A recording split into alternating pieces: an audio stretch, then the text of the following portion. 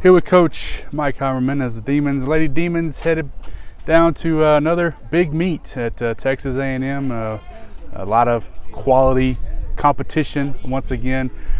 Coach had a little bit of a strange week last week.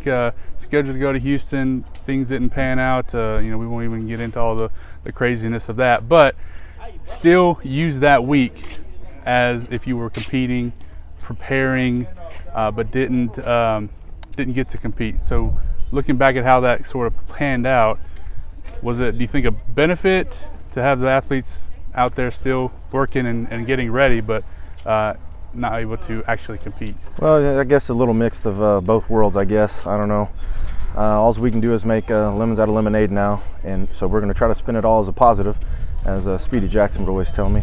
But it was spring break for us last week, so we kept the kids here and trained, and it was kind of at least in my group, it was a very weird week last week, just because they didn't have a lot to do.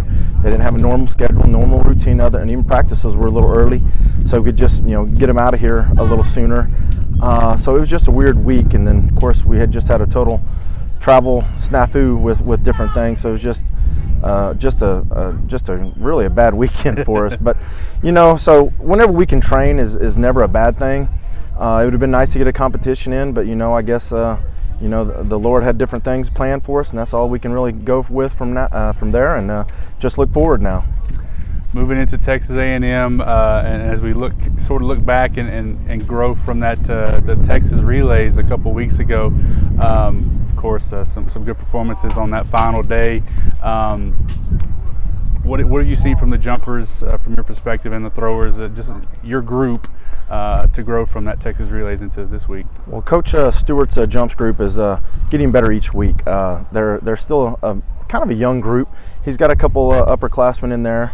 Of course, with Jasmine Steele and Latyra Jefferson, but everybody else is a freshman, sophomore, just about in that group. I guess Marquise Steverson is a junior, but everybody's relatively young and really didn't have a long indoor season, so they're just taking each week to get better, and they're starting to really catch their wind now. So I expect some big things out of that group, just like they always do. And the throwers, they are very, very young, and we need more competitions than what we got to probably get some more work underneath their belt. But just with the bad weather that we've had all fall or all spring so far has really hampered us with some of our training for outside. But I think with some of the better weather coming around now, we'll start picking it up and get a little bit better, and maybe start catching those jumpers and sprinters.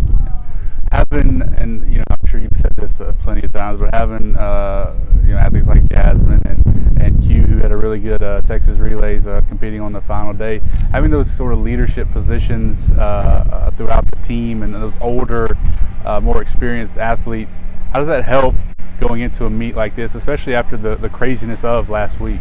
Well, it's always nice to have some of the upperclassmen leadership. Jasmine is a great leader for the jumpers. She doesn't talk a lot, but she leads by example, and she does a phenomenal job with that.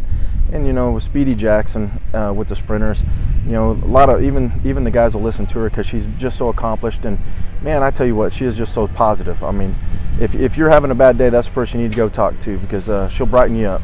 Usually, if you just see her, she just smiles, and you're already starting to feel better. But then she's very, very smart for her age, and man, she can do a lot of great things to make you feel better. So it's great to have those young ladies, and there's some guys that do the same thing. Kiev, Harry, Tredarius Carr, they're quiet leaders, but they lead a lot by example, and they just, Kiev has grown a lot in his last 3 years here, and he spends a lot of time in the training room doing all the little things to be the best he can, and those are little things that everybody notices. And he's starting to take care of his body like it's a high-end sports car instead of a rental car.